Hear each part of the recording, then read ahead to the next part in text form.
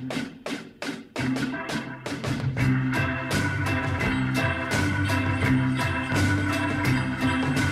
listen for your footsteps coming up the drive. Listen for your footsteps, but they don't arrive. I wrote this one while being a temp in Seattle. Taking the 26 to downtown Seattle to my job on the 24th floor of a 26-floor building. Excuse me. It's called Passersby, which is one of my favorite words because it's weird. It's like attorneys in chief or attorneys general. It's weird. You want to say attorney generals, but it's wrong. Passersby.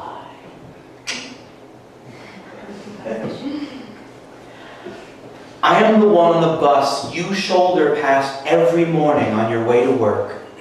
The one with your favorite book in his backpack.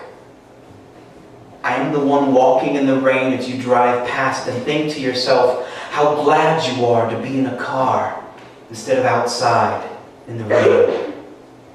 I am the waitress with the sniffly nose you didn't tip because you thought I took too long getting the lemon for your herb tea, even though I apologized and didn't charge you for the tea because I thought you were kind of cute.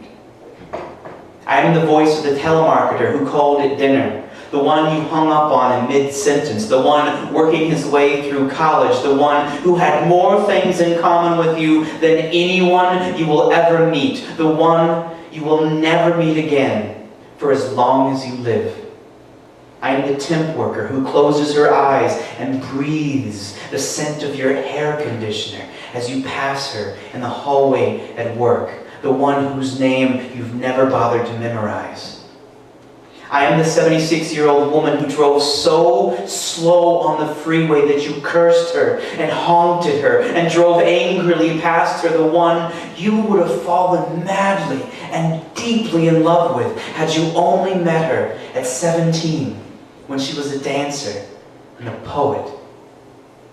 I am the small woman with pale blue eyes who purchased an orange juice and a bagel every weekday morning at your cafe on her way to work for a year, who got another job and moved away one day, the one you called the OJ girl, the one you saw again years later while walking through a crowded airport in Lexington, Kentucky, but didn't recognize, the one who saw you and thought, oh, the bagel guy.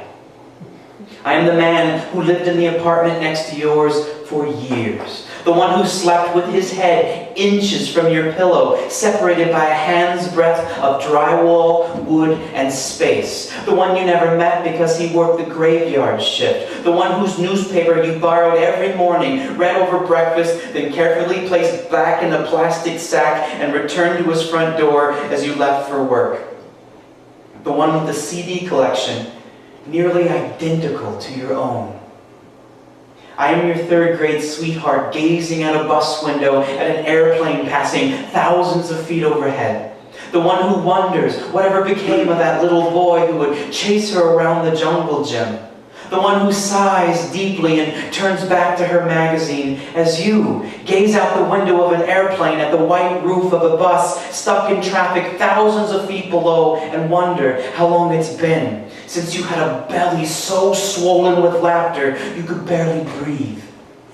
I am the cable guy, the pizza guy, your mom's next door neighbor, the landlord, the counter girl, the mechanic, the cop, the paper boy, the exotic dancer at the all-nude strip club, everyone you've ever stood behind in lines, cut off in traffic, spoken with over the phone, dated, loved, and lost, sat next to in movie theaters, walked past on the sidewalk, taken a piss next to in subway bathrooms, purchased lattes from, whose lawns you mowed when you were a kid, who filled your tank, who rang you up, who changed your tire, who gave you a flyer while walking past a bar, a club, a coffee house.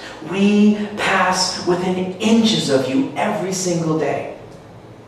We have so many stories to tell, and you will never ask us about any of them.